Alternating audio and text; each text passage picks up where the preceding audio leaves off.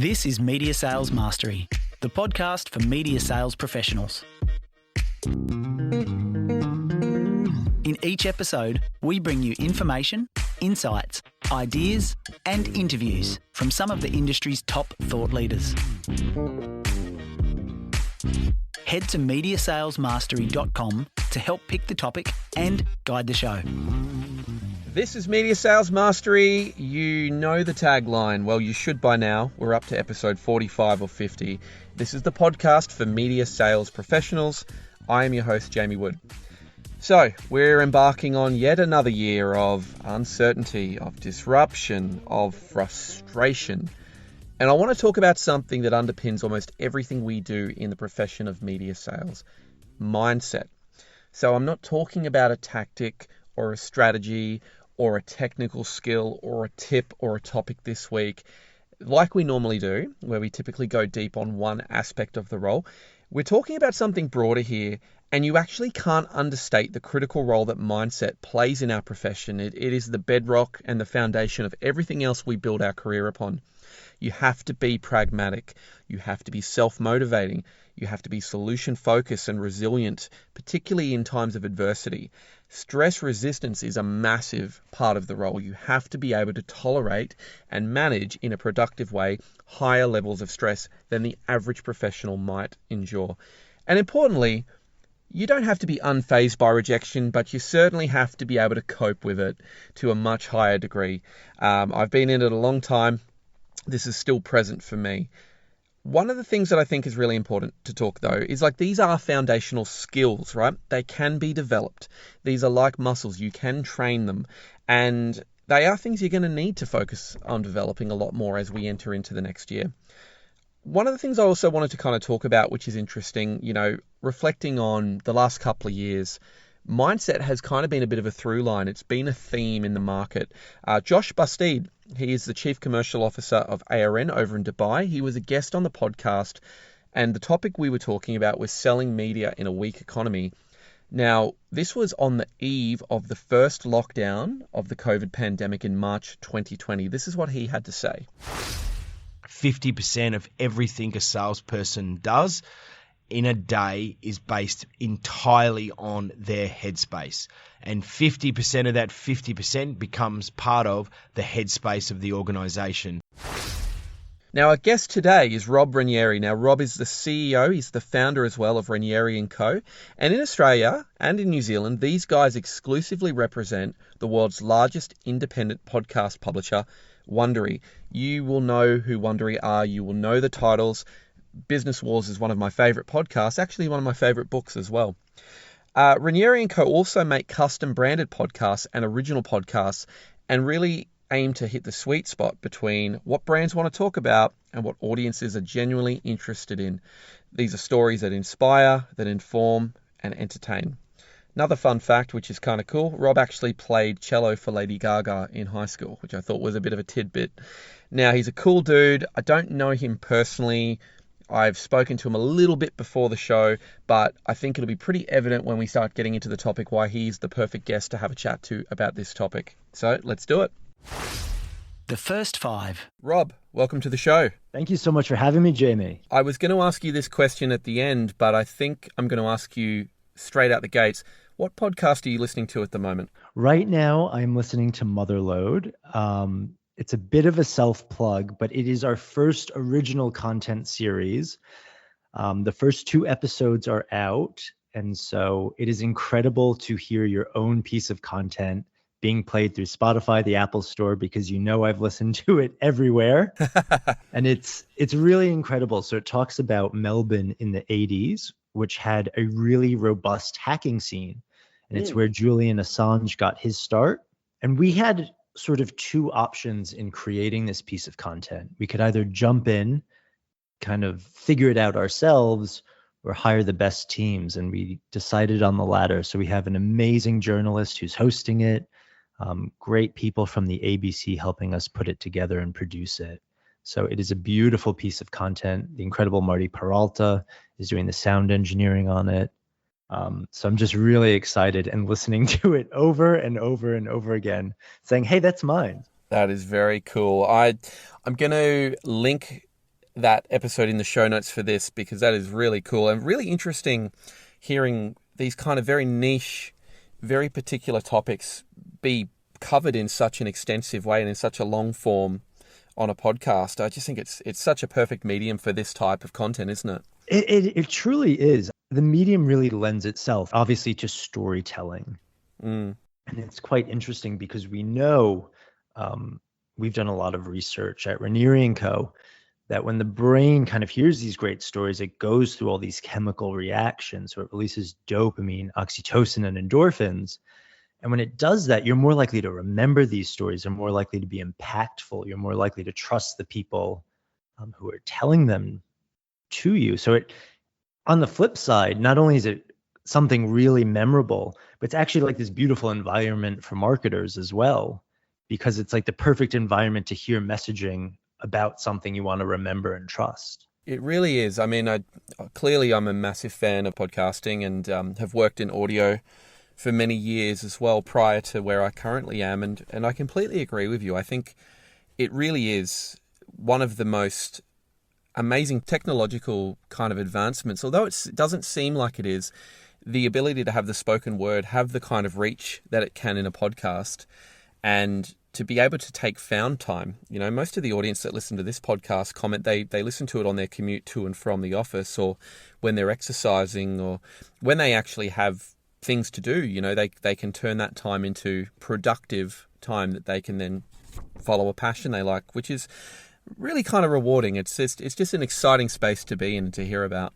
Yeah, it's funny you mentioned the timing, Jamie, because prior to COVID, when we started the business, we saw the peak times for listening literally were the commute times. It was like 5 to 9 a.m. and then I think like 4:30 to 7:30 in the evening.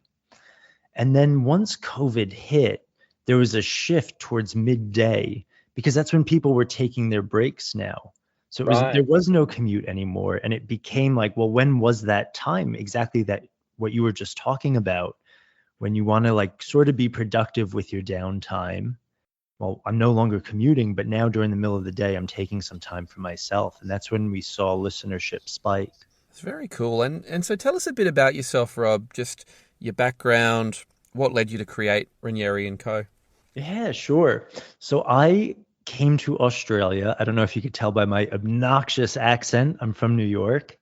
But I came here in late 2012 and I left in November where it was quite literally snowing on the tarmac. And when I landed, it was a random 43-degree day in Melbourne. So it was quite a shock. And prior, I had been a stockbroker in New York and really hated it and wanted to switch. I knew I always wanted maybe to get into websites.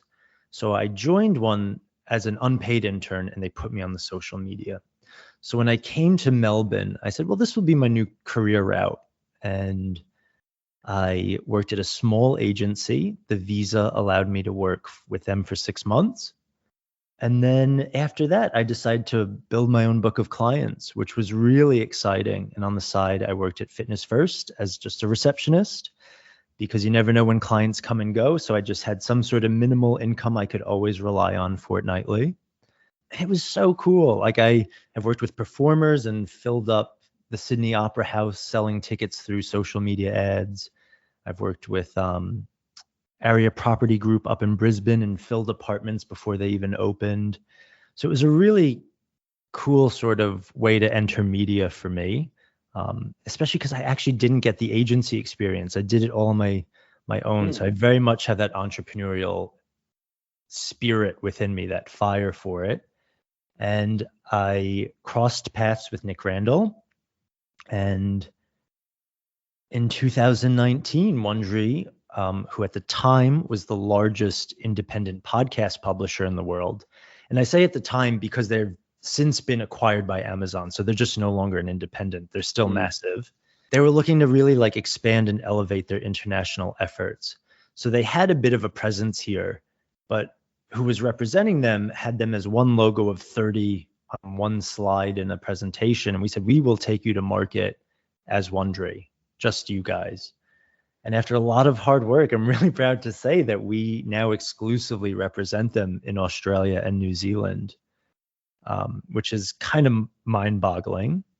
And since that, on our journey of Ranieri Co, we realized a lot of clients want local talent. They don't necessarily want American shows. So we've started to bring on local shows to represent as well. And then, as I mentioned at the beginning, we have just released, and when I say just, I mean the first episode was on the 30th, our first series. So we're now a publisher as well, which is also mind-boggling. In fact, it's right now is kind of the first time I've taken a moment to realize it all. I think because I'm always so stressed thinking about the business. It's been an incredible journey. You hit on something interesting there around, always got a lot going on in the business and multitasking across a number of things. And I remember reading an interview you did with Balancing the Grind around how you actually structure your life. So, scaling a new media business, keeping on top of your mental and physical health, setting healthy boundaries between work and personal. The topic we're covering is obviously around mastering that media sales mindset.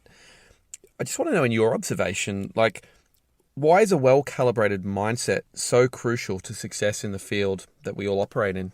I know for us, for instance, well-calibrated is important. So when I started Ranieri Co, I have to back up a second. It was no longer freelancing, right? Jamie, I now have a 40-page shareholders agreement I have to understand.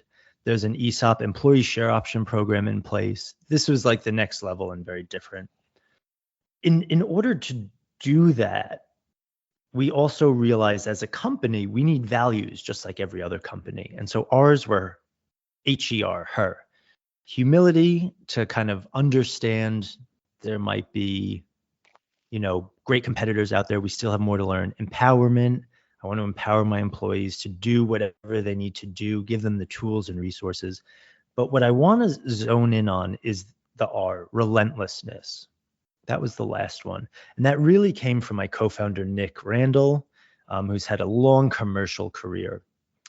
And in order to be relentless, it's exhausting. It is exhausting to be relentless. And if it's not, you're not being relentless. Because it means that there's little stopping. You keep going, you keep pushing. And in media sales, you have to be relentless because you have competition. And you're trying to win the client, you're trying to close them. And so in order to put up with that sort of exhaustion, you need to be able to show up as much as you can mentally. Because if you don't, you won't last, you'll burn out. And so I think that's why the well-calibrated mindset is so crucial. Because otherwise you'll burn out and it won't last. Yeah, and it's such the perfect setup for getting into the main topic. Media sales mastery. Because if we think about a typical day, and there really isn't a typical day in media sales, as you know, but on any given day, a media sales professional, they're going to be multitasking across several issues: administrative, responding to client requests, longer-term strategic activities and planning, shorter-term revenue tactics, all while keeping their skills and their product knowledge sharp, right? And that's a big thing I don't think we acknowledge enough, is just keeping at the forefront of all the innovations in market and all the new channels and all the different things that are happening. So there's a lot. And I think in your world, you were talking before around shareholders agreements and, everything from the strategic side of the business to the actual tactical side. What are some suggestions or some tips for maybe bringing some simplicity and some focus to this world of complexity? Yeah, that's a great question. I like it because it's actionable. So for me, the short answer, and this is going to sound so silly, I'm not reinventing the wheel, it's lists. I live off of lists and I love crossing them off. A bit further, something my father, who I go to for a lot of advice, he had a very illustrious career, retired as a CFO. And so I go to him quite a bit. He said, break things down into really small, actionable things that aren't as kind of intimidating. Because as you said, you have this just slew of things to do, this insurmountable amount of tasks that are so intimidating. But if all of a sudden you can pull one of those out and break it down into things that aren't necessarily so intimidating, you can start crossing those off. Then you can do it bit by bit by bit.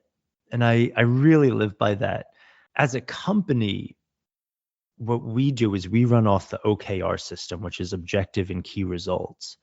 And if you're interested in that, there's a great book called Measure What Matters by John Dewar. And it was implemented at Google.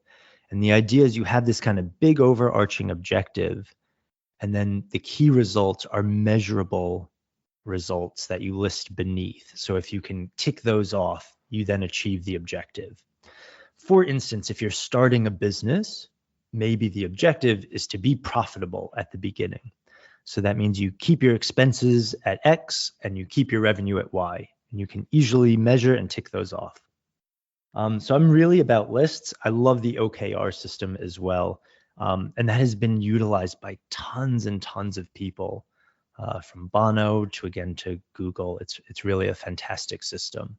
That sounds really interesting. It's funny, I just started implementing a bit of coaching with some members of my team, and we've been looking at ideal weeks as well. So sort of a daily task list and to-do list, but actually scheduling a calendar and not scheduling a week of hell, not getting over ambitious and doing the 5 a.m. rise and grind for 90 minutes and all this. But it is amazing how much the feedback I'm getting from the team that are doing it are like, oh, if nothing else, I've alleviated my anxiety by 30% because I've been able to get this week out into a visual tool that I can then look at. And I know that if 3 or 4 things might hit my to-do list, I've protected time in the calendar to do those, those ones that are maybe aligned to when my mental energy is high or low, or when I'm going to have downtime, and I've built slack into my calendar because I know things are going to come in. And it's interesting just hearing you reflect on that, how simple what you said there is and how logical what you said is there.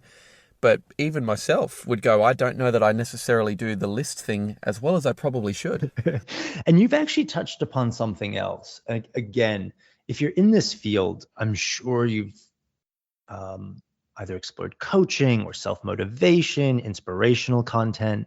So this is probably not new, but visualization is really important. I guess the spin I'll put on it is, for me personally, I know as like humans, and this is very true of me, maybe it's my personality type, is that we love control. Visualization ties into control. If I can visualize something being completed, if I can clearly picture it in my head, I know it can be, or at least I'm a step closer. Whereas if I can't, all of a sudden it seems like this big hairy mess. And what you're saying is organizing that into a calendar all of a sudden gives you this visual representation. All right, here I'll get that done. At this time on this day, I'll get that done. And then all of a sudden it's kind of laid out and there's a plan and a map to getting it done.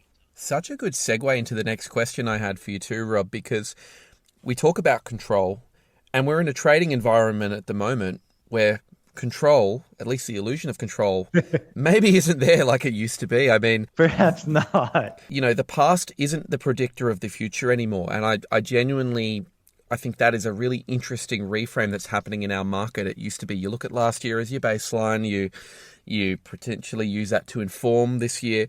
And I think at the moment we do need a bit of a reframe as media sales professionals around the next minimum 12 to 18 months.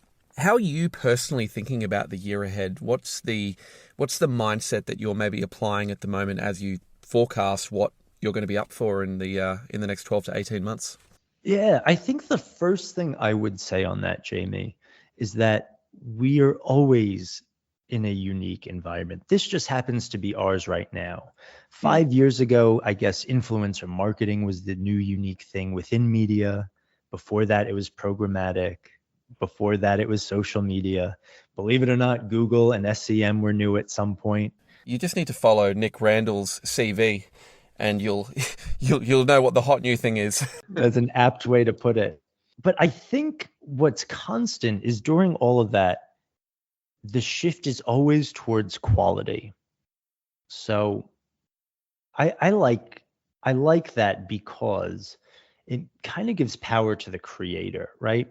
So it's all very, I guess, ethereal. I guess on a more pragmatic level, what I'm trying to say is that when you're scrolling through your feed, because we're inundated with ads, now it's really important that your piece of creative is beautiful, or it's witty, or if you're Nike, it's really inspiring and motivating.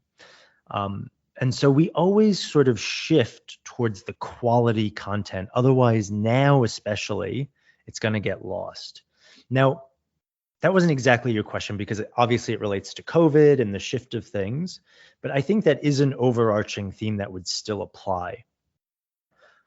Another piece of advice that I had received, and this changed everything for us at Ranieri Co, was we started the business not long before COVID, and that hit us hard. We watched our sales pipeline like diminish and deplete. It was terrifying, Jamie. One of our clients is Mazda, and because no one could go to a showroom, all of a sudden they cut their entire audio budget. And so the piece of advice that was given to me was treat this as normal, and the businesses that do will thrive. And so all of a sudden we shifted our mindset and said, all right, if this is the new normal, who has the advertising dollars? And so it all of a sudden became really clear. The bank that was giving small businesses loans because they were struggling had the advertising dollars. The coffee pod business that said no one in Melbourne who loves their coffee pods can get that experience or get their cafe coffee can experience that now because of quarantine number 700 will deliver coffee pods to your door so you can at least sort of experience that at home because these are high quality and everyone cares about, them being able to decompose. And so it was finding the companies that did have marketing dollars and it did make sense for them to thrive within this environment. So we just treated it as the new normal. And I think that's great advice, especially because you are doing a podcast on media sales, because that's what we were doing. We were selling podcast ads. It's such a good point. I mean, I posted on LinkedIn just the other week around almost like the crash course, whether you're a willing participant or not. If you're in media sales, you're getting a crash course in business acumen right now. That's right.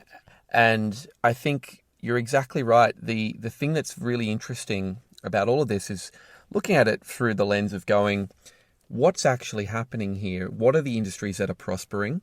What consumer behavior is being, potentially in a forced adaptation, but what potential categories and or industries are now relevant in their lives? And it's being able to very kind of quickly pivot, and I hate that word, but it's being able to very quickly kind of identify where those pockets of opportunity are. And I completely agree with you. I think just treating this as normal. I mean, I came into the out-of-home sector in August 2020, and it's very hard to sell out-of-home advertising when people aren't allowed out of the home. I don't envy you. Look, I mean, but to your point, and this isn't me being the, I do have a bit of optimism bias as a personality. I tend that way to what I can control. But I would say that for me, I don't have the historical context. I've never been in this channel in the glory days. I've always been in this channel in COVID. So my context is that things are actually getting better every month. We're in the business is healthier now than it was when I started. And so that's really nice to have that momentum, but to have that expectation that things changing constantly is actually normal can alleviate a lot of the stress and anxiety and uncertainty that people might be encountering. Yeah, it cuts those expectations. Exactly. And let's kind of jump into another area which I'm interested to hear your perspective on. How much does physical health and well-being actually dictate mindset and mental well-being in your personal opinion? It's everything. At a very base level, your brain, which is what we associate with mental well-being, is a physical object, and it needs nutrients, and it needs to run on fuel. And so at a very simple level, it is a physical object, so it is tied into your physical well-being. On a bit of a higher level, there's this great book called Brain Rules, and the author is John Medina, who is both, listen to this, a neurologist and a neurosurgeon. So I guess a smart guy. And it was a really interesting book, and I read it years ago. And he talks about different aspects of the brain and what that means in terms of like a set of rules. And one of them is that our brains developed to where they are now a couple of thousand years ago when we were doing about a marathon a day hunting and gathering out on the plains. And so what that means is our brains actually thrive best, are most oxygenated, perform at their highest when we're physical. And so that's not my opinion, that's science. It's so fascinating to hear that. Yeah, to hear that origin of it, I think is really fascinating too, to understand the why behind it. In terms of it's an echo maybe from a primitive time, but it still manifests in modern life the same way. Yeah, and for me personally, this is a bit of a little personal story. When I was very young, about somewhere between like 8 and 10, I was trying out for a soccer league, and because it was a tryout, there were no jerseys, so they had us play shirts and skins, and I was skins, and this other little kid said, "Hey, you're kind of fat," and I still obviously remember it to this day. And I told my therapist, "Oh, it's not a psychological scar." She's like, 25 plus years later, she's like, "We need to unpack this." It's deep. I started doing push-ups and crunches in my room from that early age. And by the time I was 12, I asked for my first set of weights for Christmas. By the time I was 14, I was using my high school's gym regularly and doing track and field. And then as I came out here, my side gig while I was freelancing was at Fitness First. So the gym and being physical has always been a very huge part of my life, to the point where if you see me there and I don't necessarily know you, like I'm not there to meet new people. It's almost sort of my meditation. I stick my headphones in and it's very much this personal experience for me. But as Ranieri Co developed, on a daily basis, I can work with accountants, I can work with our lawyers, I can work with our IP lawyers, I could work with my employees, I could work with our clients, I could be working with our production teams.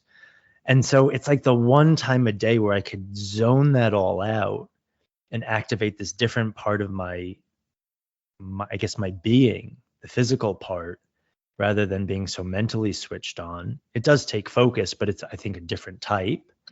And allows me to really reset. So for me, it's extremely important to be physical. I can really relate to that. I mean, probably very similar, like the mental agility required of me in a day, moving from meeting to meeting, different types of conversations, etc. I tend towards this approach too, that training to look a certain way is great. Training to feel and think a certain way is actually a really interesting motivator. It's very much, I post, again, I've been posting a lot on LinkedIn, but I heard this saying that I loved, which was, you're never more than a workout away from a better mood. And I really believe that's absolutely true. Being a long distance runner, having a difficult issue maybe that I'm working through, nothing terminal, but something that's pretty serious. You can literally do an hour run. You've got no new data. You've had nothing new happen. You've had nothing to progress the issue forward, but suddenly you actually have more clarity around it and you feel like you're more across it. It's a pretty amazing type of revelation to make. Absolutely. And stress resistance is probably a big part of this too, or stress management, I think, with exercise. And that was kind of the next question I had for you too, Rob. Like, by its nature, media sales is a high stress vocation. And we know why. It's highly accountable. 11 years, I've never not had a monthly budget. Even as I've progressed through to be a sales director, I still have a monthly number. We have complex interpersonal dynamics we have to manage with stakeholders, internal, with clients, with their stakeholders and buying committees. I think you mentioned at the start, it's incredibly competitive. There is always this need to be relentless because you've always got other people out there vying for the same opportunities. It's fast-paced as a result of that. Is stress resistance and is high stress tolerance something that you believe people can really build? And if so, curious to know from your experience how you've maybe done that. I over time it's sort of hemmed and hawed as to what I would share and when. And so you mentioned the Balance the Grind article, and I hadn't really told my story. So in 2019, I was made redundant, which was a pretty awful experience, and you sort of question your worth. And soon after, I started Ranieri Co.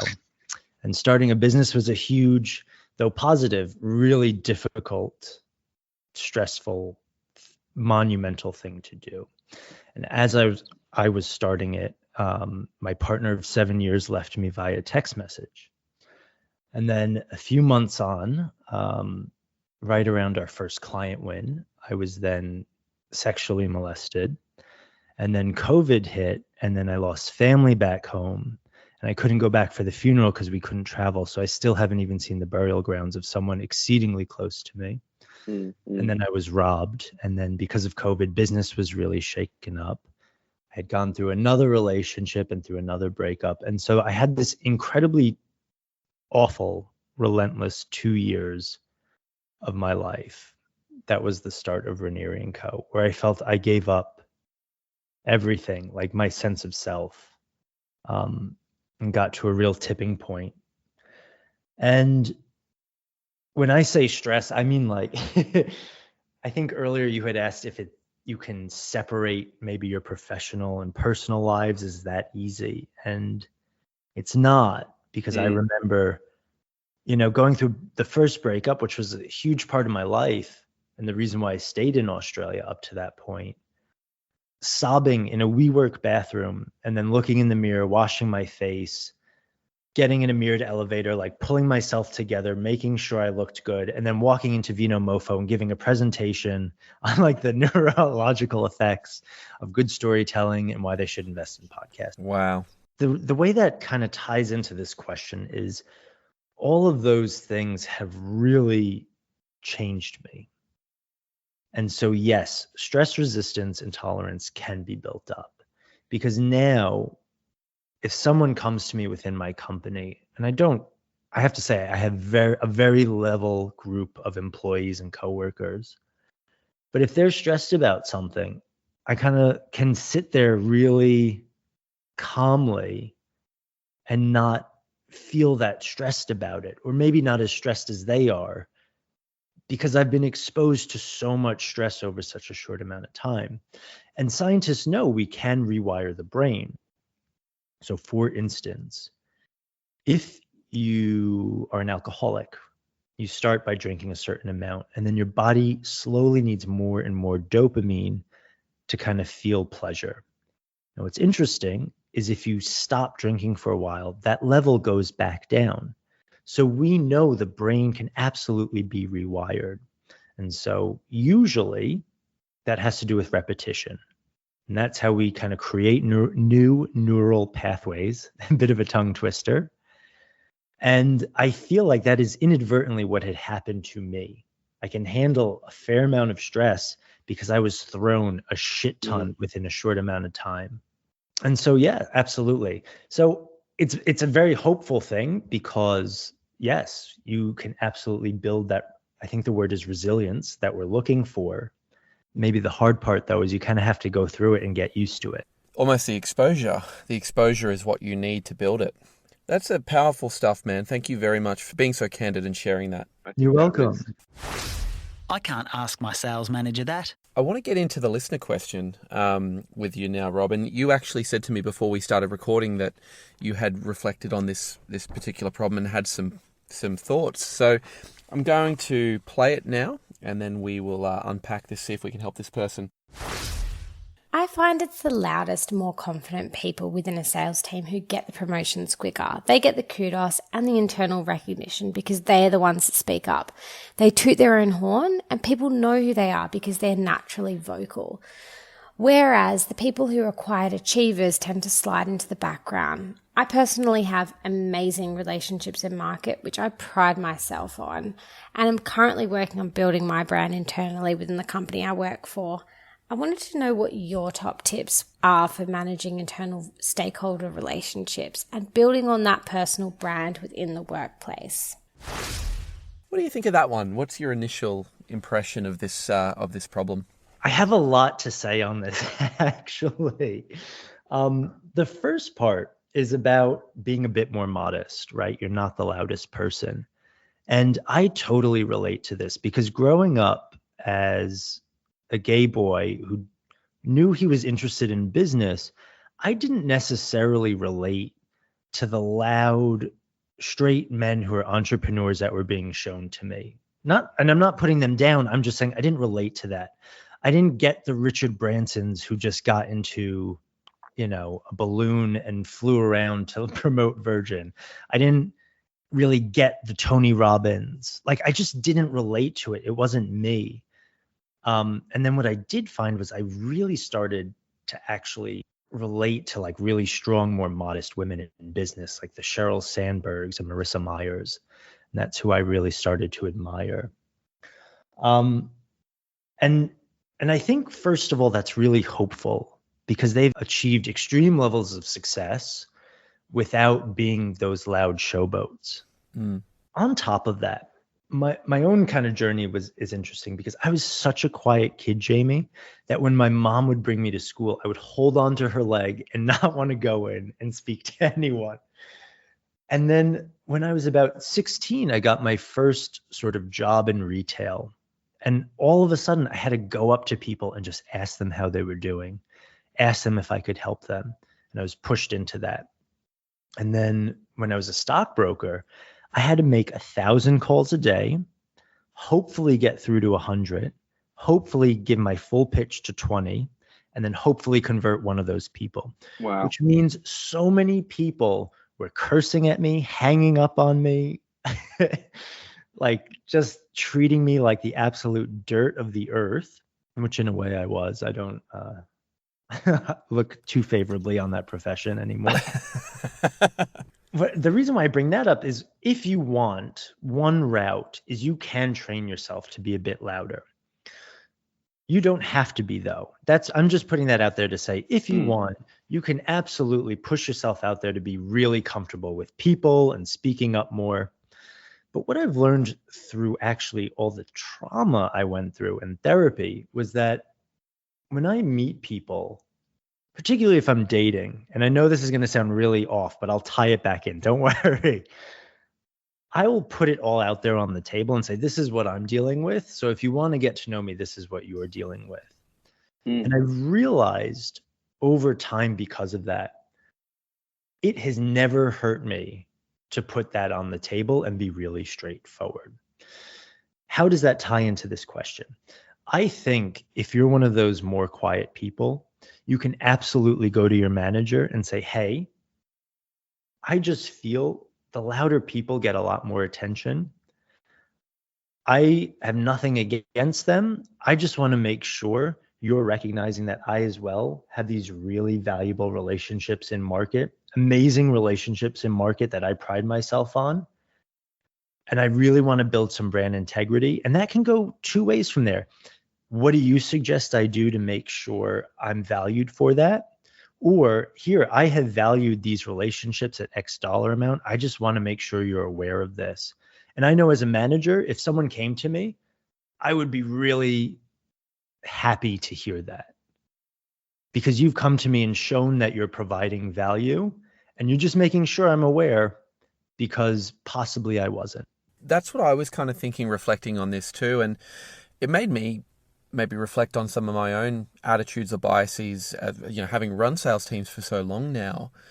And I agree with you that it's not necessarily about optics. It's about actual contribution that people make.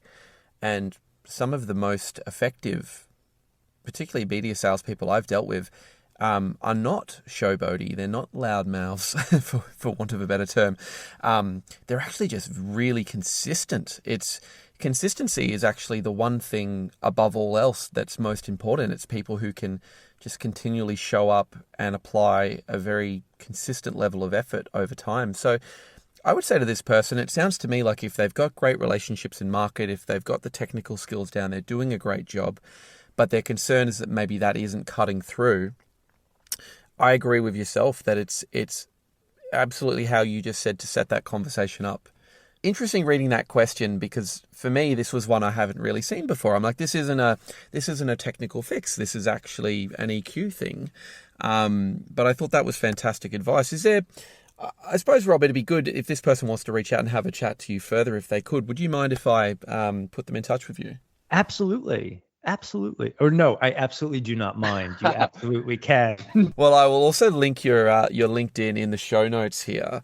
That's it, man. That's the end of the episode. But I did want to kind of finish on one final question for you, which was, if anyone at the moment's out there and they're maybe feeling their mindset slipping a bit, maybe they're feeling a bit off, they're a bit down, they're a bit anxious, they're a bit worried, the profession is getting them down.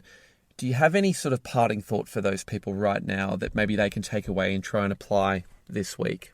I do. And this comes straight from a professional, my therapist. Mm-hmm. What I had found when I had gone through everything I had gone through is I do something called ruminating. And that means you think about the same thought and you go through the same story in your head over and over and over again. So even though I have a great network of people I can rely on, I found it all really isolating because I can speak to them about it once, but I'm going through it in my head 100 more times. And so in the beginning, our first piece of advice was track it. So what time did you ruminate? What were you ruminating about? And for how long? And what was the underlying feeling? And after we did that for about 2 weeks, I logged it all for her. And she goes, okay, so you always ruminate about interpersonal relationships. And I was like, yeah, of course. And she goes, no, not of course. You can ruminate about not being good enough at your job. And I was like, oh shit, that was huge for me. I didn't even realize. And now that I say it, it's really obvious. And so all of a sudden it became about patterns and realizing, I ruminate about this. Usually it was because it was during quarantine. It was on my evening walks when my mind didn't have to focus on work as much. And so once we realized that, we were able to put things in place, which is very much mindset starting to slip. I just have a specific one called rumination. And so she kind of gave me a toolkit. She knew I was really into meditation. So she goes, here's some mindfulness exercises when this starts to happen.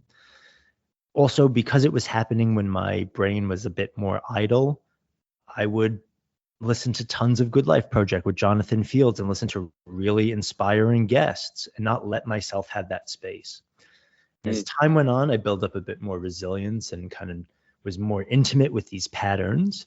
And then it became about, all right, instead of trying to just cut it off and like distract yourself with a mindfulness exercise, start to question it and then see what it's worth, like really kind of explore it a bit. And I was like, why am I wasting my time thinking about this?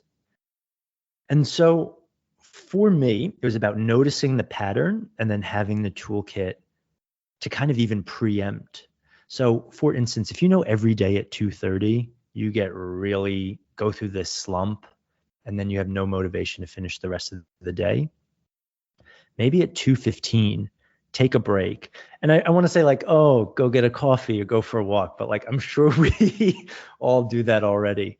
But maybe just figure out what works for you. I know for me, being on the other side of the world, if I call my family back home, it totally changes my mood. So maybe at 2:15, pick up the phone and call like a good friend for 10 minutes or contact someone. I don't know what it is for you. Obviously, every individual is different. But for me, it's all about noticing the patterns. So in the beginning, you don't even necessarily have to do something. Just log when this slippage, I guess, is happening. And then you can kind of act from there. That's such a cool sort of drawback to what we spoke about at the beginning around visualization and lists and ideal weeks. It's like log the data, reflect on it, and build some things into your day. Build some joy into your day, man. Like that's the thing, particularly working from home at the moment, that a lot of people are doing. It's like I'm one of the few people probably that will say this, but I used to get a lot of joy and a lot of value out of my morning commute to and from the office. It was sort of the anchor point of a day. And so building in that habit of going to my favorite coffee shop, taking 10 minutes to eat breakfast, like that is a part of keeping the mindset right. So just reflecting on what you're saying there, I'm like, yeah, this is really good stuff. Hey, Rob, thanks, man. Look, first of all, congratulations on the success of Ranieri Co. Thank you so much. That means everything, truly. Good luck with Motherload too. And, I've got a small, passionate audience, but I want to mobilize them and send them over to Motherload. Download it, subscribe, listen, share it, guys, rate it. I myself am going to go listen to that right after we wrap this up. But thanks so much for making your time, man, and the best of luck we wish to you in the rest of your year. Thank you so much. And the same to you, Jamie. Best of luck with the podcast in 2022. You've been listening to Media Sales Mastery, the podcast for media sales professionals. Head to MediaSalesMastery.com to help pick the topic, guide the show, and don't forget to subscribe to receive new episodes each week.